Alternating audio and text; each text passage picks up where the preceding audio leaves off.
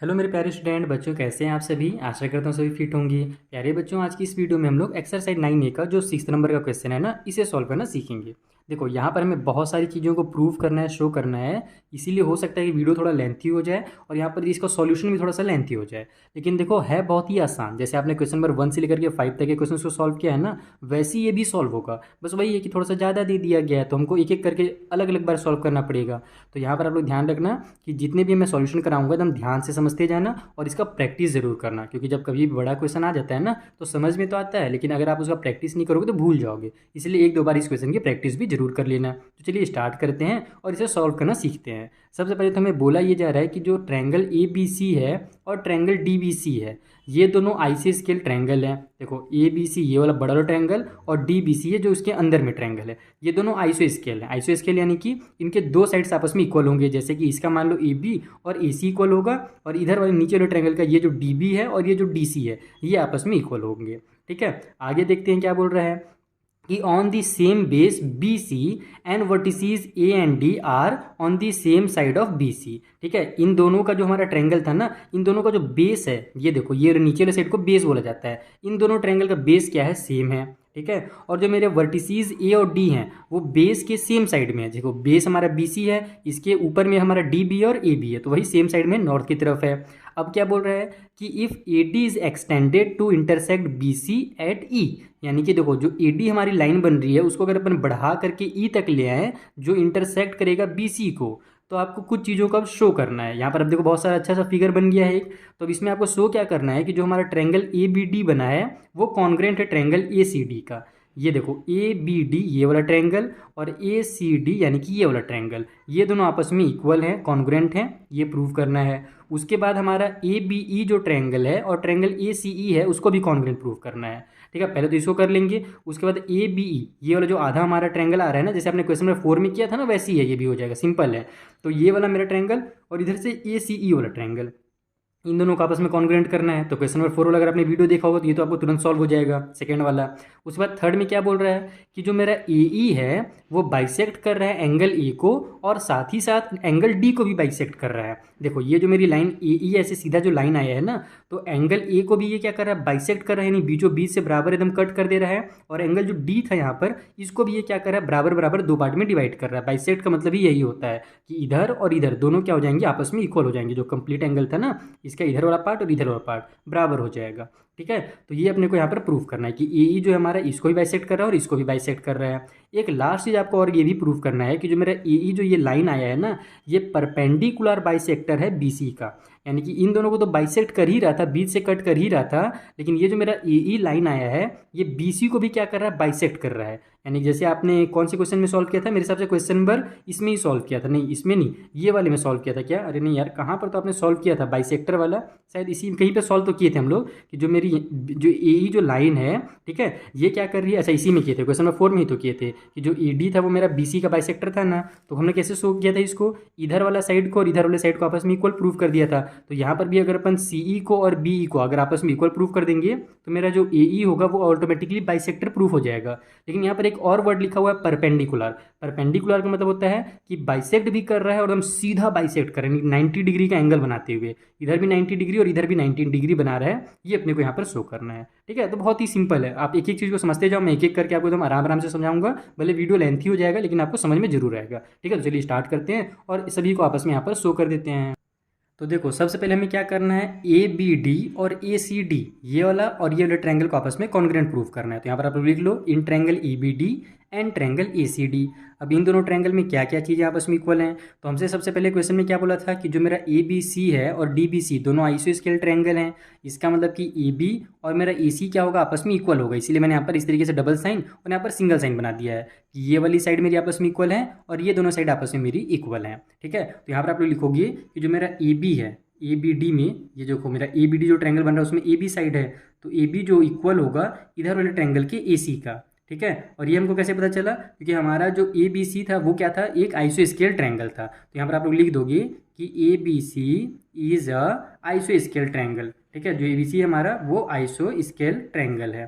ठीक है, आइसोस्केल ट्रायंगल, ये अपने को क्वेश्चन में दिया हुआ था। उसके बाद अब हमारे पास क्या है, तो ये वाला जो साइड है और ये वाला जो साइड है ये भी आपस में इक्वल है, क्योंकि हमारा जो DBC है वो भी क्या है, आइसोस्केल ट्रायंगल है। तो इसका हमारा क्या हो जाएगा, इधर वाले ट्रायंगल का आप लोग इसको BD नाम दे दो, ये हो जाएगा मेरा BD साइड, और इधर वाले ट्रायंगल से ये जो मेरा CD साइड है, ये दोनों आपस में क्या होंगे, इक्वल हो जाएंगे, क्योंकि हमारा वही DBC भी जो है ना वो भी क्या है, एक आइसोस्केल ट्रायंगल है। तो यहाँ पर भी वही चीज़ आप लोग लिख लेना, ठीक है, एन आइसोस्केल होगा एक्चुअल में, क्योंकि यहाँ पर आई से स्टार्ट हो रहा है, ठीक है। तो DBC इज एन आइसोस्केल ट्रायंगल, ठीक। तो ये दोनों हमारे साइड आपस में इक्वल हो गए। अब उसके बाद और कुछ इक्वल है क्या, तो बिल्कुल इक्वल है। यहाँ पर देखो ये जो मेरी AD साइड है ये इधर वाले ट्रायंगल के लिए भी यूज़ हो रही है और इधर वाले ट्रायंगल के लिए भी यूज़ हो रही है, दोनों ट्रायंगल में आ रही है, यानी कि AD जो है मेरा दोनों में कॉमन है। तो यहाँ पर आप लोग लिखो कि AD इधर वाले ट्रायंगल के लिए भी है और AD जो है इधर वाले ट्रायंगल के लिए भी है, दोनों के लिए क्या आपस में कॉमन आ रहा है, इसलिए आप लोग इसको लिखोगे कॉमन साइड, ठीक है, शॉर्टकट में कॉमन कर दो।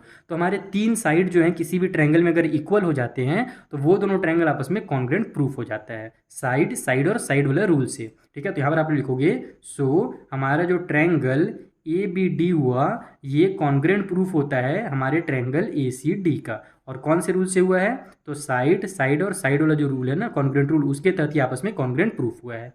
तो यहाँ पर आपको इतने ही लिख के नहीं छोड़ना है ना, इसके आगे एक चीज़ और आप लोग काम कर लो, क्योंकि अभी हमको आगे चलकर बहुत सारी चीज़ों को प्रूफ करना है। अपने को प्रूफ करना था ना कि जो मेरा AE है वो एंगल A को बाइसेक्ट कर रहा है, तो यहाँ पर हमको ये दोनों ट्रायंगल जब आपस में कॉन्ग्रुएंट हो गए तो इधर वाला एंगल इस वाले ट्रायंगल का और इधर वाला एंगल इस वाले ट्रायंगल का, ये दोनों भी आपस में इक्वल हो जाएगा। तो इस वाले एंगल का नाम आप लोग दे दो BAE, ठीक है, कंप्लीट। यहाँ पर देखो आप लोग एक्चुअल में तो इसका नाम BAD होना चाहिए, लेकिन हम लोग क्या करेंगे पूरा कंप्लीट ले लेंगे ताकि आगे भी हमारा काम बने, क्योंकि अभी आगे भी हमको सॉल्व करना है ना, आगे भी तो हम लोग को इक्वल वगैरह प्रूव करने हैं। तो इस वाले एंगल का नाम आप लोग दे दो BAE।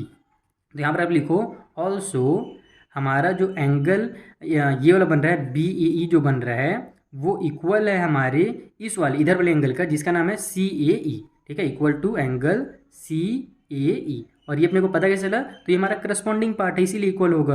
यहाँ पर आप लोग CPCT कर दो बाय CPCT, ठीक है। इसको आप लोग इक्वेशन नंबर 1 के नाम से भी यहाँ पर दे सकते हो कि मेरा इक्वेशन नंबर 1 है, क्योंकि आगे बहुत सारी चीज़ें आएंगी तो आपको अलग अलग चीज़ों को वहाँ पर शो करना पड़ेगा। तो अगर आप नाम दिए रहोगे इक्वेशन तो आपको ईजी पड़ेगा, तो हम लोग इसका नाम इक्वेशन नंबर 1 देते हैं। तो पहला चीज़ सॉल्व हो गया। चलिए जो सेकंड पार्ट है उसे सॉल्व करते हैं।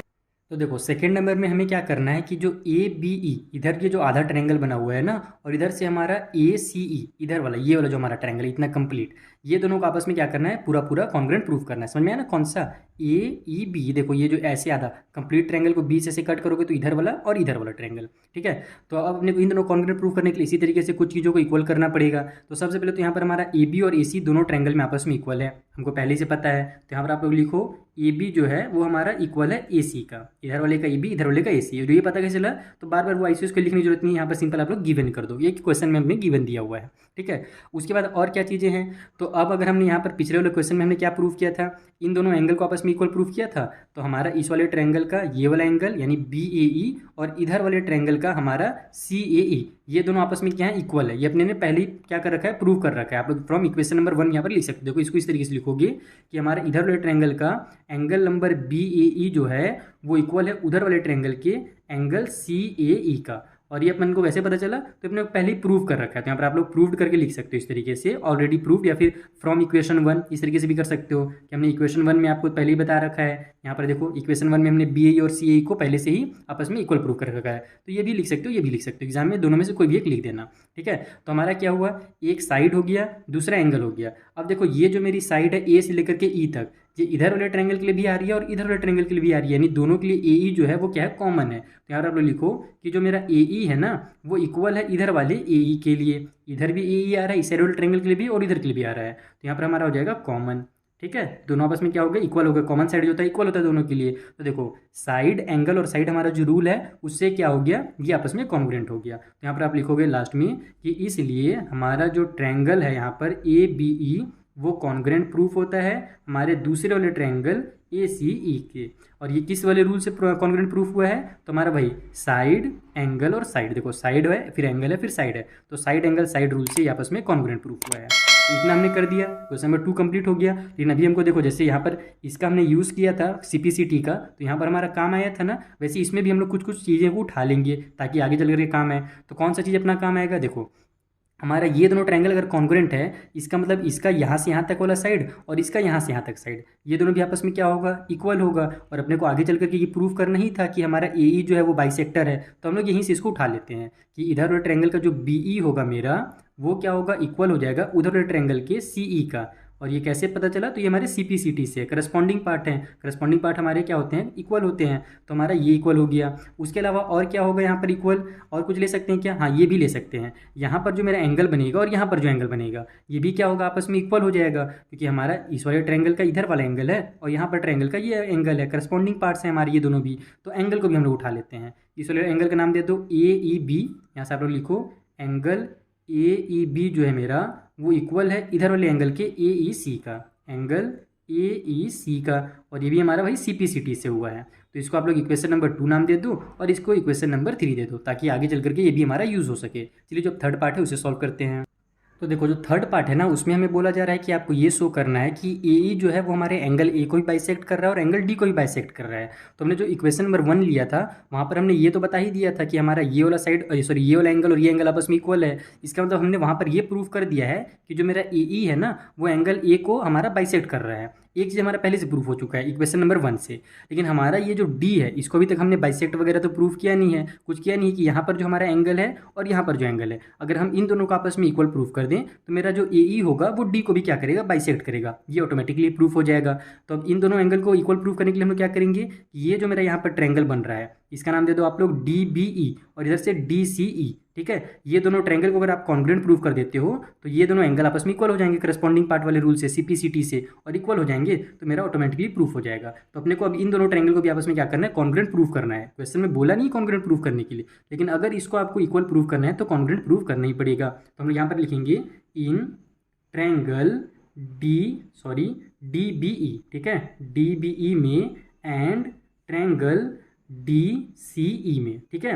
तो हमारा क्या क्या इक्वल है वो देखो, तो तीनों साइड तो हमारे ऑटोमेटिकली इक्वल है। जैसे देखो ये वाला साइड हमारा इक्वल है, क्वेश्चन में ही बोला गया था, ये कॉमन आ जा रहा है, और ये तो मेरी है, अभी हमने यहाँ पर पिछले वाले क्वेश्चन में, क्वेश्चन में 2 में यहाँ पर इसको इक्वल प्रूफ किया, बी ई को और सी ई को, तो तीन साइड तो ऑटोमेटिकली यहाँ पर इक्वल दिख रहे हैं। तो हमारा साइड रूल से भी ये कॉन्ग्रुएंट हो सकता है, या फिर अगर आप चाहो तो इसको साइड एंगल साइड वाले रूल से भी कर सकते हो कॉन्ग्रुएंट, क्योंकि बी ई और फिर ये वाला एंगल, ये एंगल आपस में इक्वल है, तो ये साइड और एंगल हो जाएगा और फिर ये वाला साइड हो जाएगा। तो साइड एंगल साइड जो रूल से आप करना चाहते हो उससे कॉन्ग्रुएंट प्रूफ कर दो। तो मैं यहाँ पर आपको डायरेक्ट उसी वाले रूल से, यानी साइड हमारे इक्वल है तो उसी रूल से कर देता हूँ। यहाँ पर मैं लिखता हूँ कि मेरा जो बी डी है, ठीक है, वो इक्वल है इधर के सी डी का।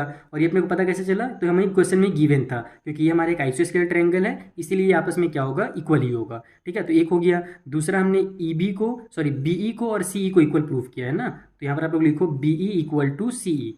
और ये अपने को कैसे पता चला, तो ये हमने पहले से प्रूव करके रखा है। यहाँ पर आप लोग लिख लो शॉर्टकट में प्रूव्ड। कहाँ पर प्रूव किया, अगर ये बताना चाहते हो तो बता सकते हो कि इक्वेशन नंबर 2 में हमने प्रूव किया था। उसके बाद हमारा ये जो डी ई साइड है दोनों में कॉमन है, यहाँ पर आप लिखो जो डी ई इधर है वही डी ई इधर है, दोनों के लिए है, तो यहाँ पर आप लोग लिख दो इसको कि हमारा ये कॉमन साइड है, ठीक। तो हमारा तीनों साइड इक्वल हो गए, इसीलिए हमारा जो ट्रायंगल डी बी ई होगा वो कॉन्ग्रुएंट हो जाएगा हमारे ट्रायंगल डी सी ई के लिए, सॉरी डी सी ई के लिए, ठीक। तो दोनों अगर आपस में कॉन्ग्रुएंट हैं, इसका मतलब ये दोनों एंगल भी आपस में क्या होंगे, इक्वल होंगे। सो यहाँ पर आप लोग लिखोगे हमारा बी डी ई जो है, ठीक है, एंगल जो बी डी ई बन रहा है वो इक्वल हो जाएगा इधर वाले एंगल सी डी ई का, angle number C D E का। और ये दोनों आपस में इक्वल कैसे हो गए, तो चूंकि ये कॉन्ग्रुएंट थे तो ये करस्पॉन्डिंग पार्ट है, यानी कि सी पी सी टी से हमारा इक्वल हो गया, ठीक। तो अगर ये दोनों आपस में इक्वल है, इसका मतलब कि हमारा ये जो है ना, इसको आप लोग दे दो इक्वेशन नंबर, हमने कितना यूज़ किया था, 3 तक यूज़ किया था ना, तो इसको इक्वेशन नंबर 4 दे दो। तो अब हमारा यहाँ इक्वेशन नंबर 4 से ये प्रूफ हो गया कि मेरा जो एंगल नंबर डी है ना, ये जो लाइन आ रहा है वो एंगल नंबर डी को क्या कर रहा है, बाइसेक्ट कर रहा है, क्योंकि इधर और इधर वाला आपस में इक्वल हो गया। तो आप लोग यहाँ पर इस तरीके से लिखोगे कि from equation number 1 and equation number 4, equation 1 से और 4 से अपने को ये पता चलता है कि जो हमारा ए ई है वो क्या कर रहा है, बाइसेक्ट कर रहा है, ठीक है। A bisects angle A as well as angle D, ठीक है। इक्वेशन नंबर 1 से हमें ये पता चल गया कि एंगल ए को बाइसेक्ट कर रहा है। देख लो ना अब यहाँ पर इक्वेशन नंबर 1 में हमने क्या बताया था, बी ए ई और सी ए ई को इक्वल बताया था। कौन कौन सा एंगल है, बी ए ई, ये वाला एंगल है बी ए ई, और ये वाला एंगल है सी ए ई। तो अगर ये दोनों आपस में इक्वल हैं, यानी कि ए ई जो है वो बाइसेक्टर है, और यहाँ पर 4 वाले में हमने इन दोनों को इक्वल बता दिया, तो ये हमारा ए ई जो होगा डी का बाइसेक्टर हो जाएगा। तो हमारा क्वेश्चन नंबर 3 यहाँ पर से प्रूफ हो गया। देखा कितना सिंपल था ये वाला क्वेश्चन भी। अब देखो जो लास्ट क्वेश्चन है 4th नंबर में, उसमें बोल रहा है कि ए जो है वो परपेंडिकुलर बाइसेक्टर है बीसी का। तो देखो हमने क्या किया था, इक्वेशन नंबर यहाँ पर जो हमारे पास 2 आया था उसमें अपने ये तो प्रूव कर ही दिया था कि बीई और सीई क्या है, आपस में इक्वल है। देखो बीई और सीई अगर आपस में इक्वल है, इसका मतलब कि एई जो होगा वो बाइसेक्टर तो होगा ही बीसी का। ये तो यहाँ पर से कन्फर्म है क्योंकि दोनों पार्ट को आपस में इक्वल इक्वल बराबर कर दिया, यानी कि ये बाइसेक्ट किया है। तो एक चीज़ तो प्रूफ हो गया कि बाइसेक्टर है। परपेंडिकुलर का मतलब क्या होता है कि 90 डिग्री बना रहा है, यानी कि इधर भी 90 डिग्री बना रहा है और इधर भी 90 डिग्री बना रहा है, ये अपने को प्रूफ करना है। तो यहाँ पर आप लोग लिखोगे कि ये जो मेरा एंगल नंबर ये वाला है, इसका नाम आप लोग दे दो डी ई बी। यहाँ पर आप लोग लिखो एंगल जो मेरा डी ई बी है वो क्या है। अगर हम लोग देखो यहाँ पर अगर इन दोनों एंगल को देखते हैं तो ये दोनों का अगर मैं सम करूँगा तो 180 डिग्री आएगा, क्योंकि हम लोग क्या जानते हैं कभी भी एक सीधी लाइन पे जब एक इस तरीके से लाइन आता है तो यहाँ पर और यहाँ पर जो एंगल बनता है इन दोनों को लीनियर पेयर कहा जाता है और इनका सम 180 ही होता है। अगर मान लो इधर 100 डिग्री का बना है तो इधर 80 डिग्री का ही बनेगा, ये एकदम 100% प्रूफ बात है। ठीक है, तो ये हमारा लीनियर पेयर कहलाता है। तो हमारा जो डी ई बी होगा और इधर से डी ई सी होगा, अगर इन दोनों को मैं आपस में ऐड करता हूँ तो दोनों का जो सम निकलेगा 180 डिग्री निकलेगा। कहाँ से पता चला, तो ये अपने को लीनियर पेयर से पता चला। लीनियर पेयर जो हमारी रूल है ना, ये अपने क्लास 7 में पढ़ रखा है, तो लीनियर पेयर से अपने को पता चल गया दोनों का सम 180 होगा। अब एक चीज़ और है कि हमारा जो डी ई बी है इस और ये जो डी ई सी है, इन दोनों को हमने पहले से इक्वल प्रूफ कर रखा था। कहाँ पर इक्वल प्रूफ किया था, तो देखो इक्वेशन नंबर हमारा कौन सा था, कहाँ पे प्रूफ, यहीं पर प्रूफ किया था। देखो ए ई बी जो है मेरा ना, उसी को मैंने क्या किया यहाँ पर डी ई बी दिया है। अगर मैं डी हटा दूँ, अगर मैं इस वाले एंगल का नाम ए से लिखना शुरू करूँ तो मेरा ए ई बी हो जाएगा, तो मैं ए से ही नाम दे देता हूँ ताकि आपको कन्फ्यूजन ना हो। उस तरीके से इसका भी नाम मैं ए ई सी दे देता हूँ, क्योंकि पहले जो है ना हमने इस वाले एंगल का नाम क्या दिया था, यहाँ पर ए ई बी दिया था और इधर वाले एंगल का नाम हमने ए ई सी दिया था। हमने डी से स्टार्ट नहीं किया था, ए से स्टार्ट किया था। तो अगर मैं यही नाम देता हूँ तो वो कन्फ्यूजन नहीं होगा। तो हमने क्या बताया कि इन दोनों का सम 180 डिग्री है, ए ई बी का और ए ई सी का, और साथ ही साथ हमने दोनों को आपस में इक्वल भी प्रूफ कर रखा है पहले से ही कि ये वाला एंगल और ये एंगल आपस में इक्वल है। इसका मतलब कि मैं इन दोनों में से किसी भी एक के बदले में दूसरा का नाम लिख सकता हूँ। जैसे मान लो इसको मैं यही रहने देता हूँ, ए ई बी ही रहने देता हूँ, इसका नाम मैं ए ई बी कर देता हूँ, क्योंकि दोनों तो आपस में इक्वल है ना। यहाँ पर तो हमने पहले ही प्रूफ किया है कि ए ई बी और ए ई सी इक्वल है, तो किसी के भी बदले में आप लोग क्या करो, एक का नाम चेंज कर दो, ए ई सी का बदले में मैं ए ई बी लिख देता हूँ।